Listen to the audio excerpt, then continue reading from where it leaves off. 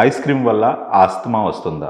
ఈ ice creams బాగా చల్లగా ఉండడం వల్ల అవి మనకు బ్రాంకోస్పాజం అంటే మన ఎయిర్వేస్ని నేరో అయ్యేలాగా చేసి మనకు దగ్గు రావడం కానీ, ఛాతీ టైట్నెస్ లాగా రావడం, థ్రోట్ పెయిన్ కానీ, థ్రోట్ స్వెల్లింగ్ కానీ, లేదంటే ఇమీడియట్గా కాఫ్ రావడం అండ్ వీజింగ్ సౌండ్స్ రావడం అలాంటివి ఉన్నట్లయితే ఖచ్చితంగా ఐస్ క్రీమ్స్ని అవాయిడ్ చేయాలి. Hi, I'm doctor Kiran Kumar Reddy, consultant pulmonologist, Unihealth speciality clinics, Kondapur. Ice cream వల్ల ఆస్తమా వస్తుందా? యాక్చువల్లీ ఐస్ క్రీమ్ వల్ల డైరెక్ట్గా మనకు ఆస్తమా అనేది రాదు.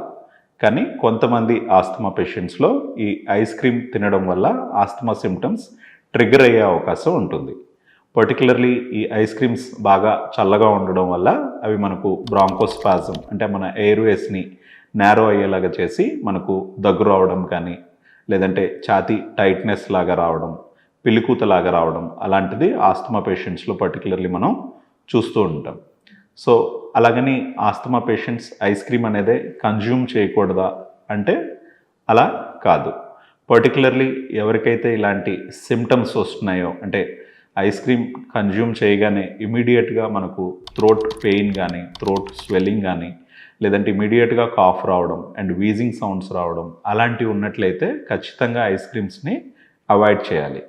బట్ కొంతమంది ఎవరికైతే ఆస్తమా పూర్తిగా కంట్రోల్లో ఉంటుందో వాళ్ళు ఐస్ క్రీమ్స్ కన్జ్యూమ్ చేయొచ్చు.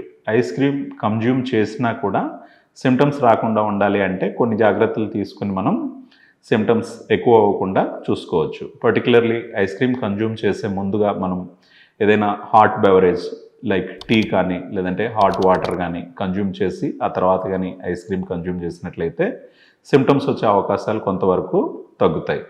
అండ్ అనదర్ థింగ్ వచ్చేసి ఐస్ క్రీమ్ బాగా కోల్డ్గా ఉన్నప్పుడు కన్జ్యూమ్ చేయకుండా కొంత టెంపరేచర్ తగ్గిన తర్వాత కన్జ్యూమ్ చేయడం బెటర్.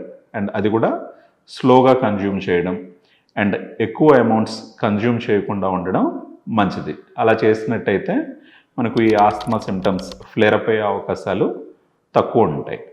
అండ్ అనదర్ థింగ్ వచ్చేసి మనకు ఈ ఐస్ క్రీమ్స్లో వాడే మిల్క్ ప్రోడక్ట్స్ వల్ల కొంతమందిలో ఎలర్జీ అనేది ఉంటుంది, అంటే లాక్టోజ్ ఇంటాలరెన్స్ అని అంటాం.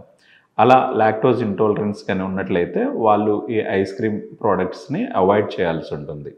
And another issue with ice creams వచ్చేసి మనకు ఐస్ క్రీమ్స్లో వాడే ఆ చాక్లెట్ అండ్ నట్స్ వల్ల కొంతమందిలో అది కన్జ్యూమ్ చేసినప్పుడు హిస్టమిన్ అనే కెమికల్ రిలీజ్ అవ్వడం అండ్ ఈ అలర్జీ సిమ్టమ్స్ ఎక్కువ అవ్వడం అనేది మనం చూస్తూ ఉంటాం. సో అలా ఉన్నట్లయితే మనకు ఈ నట్స్ అనేవి లేకుండా simple flavours like vanilla flavour అట్లాంటివి కన్జ్యూమ్ చేయడం ద్వారా దీన్నే అవాయిడ్ చేయొచ్చు. ఎక్కువ నట్స్ అండ్ చాక్లెట్ లేకుండా చూసుకోవడం మంచిది.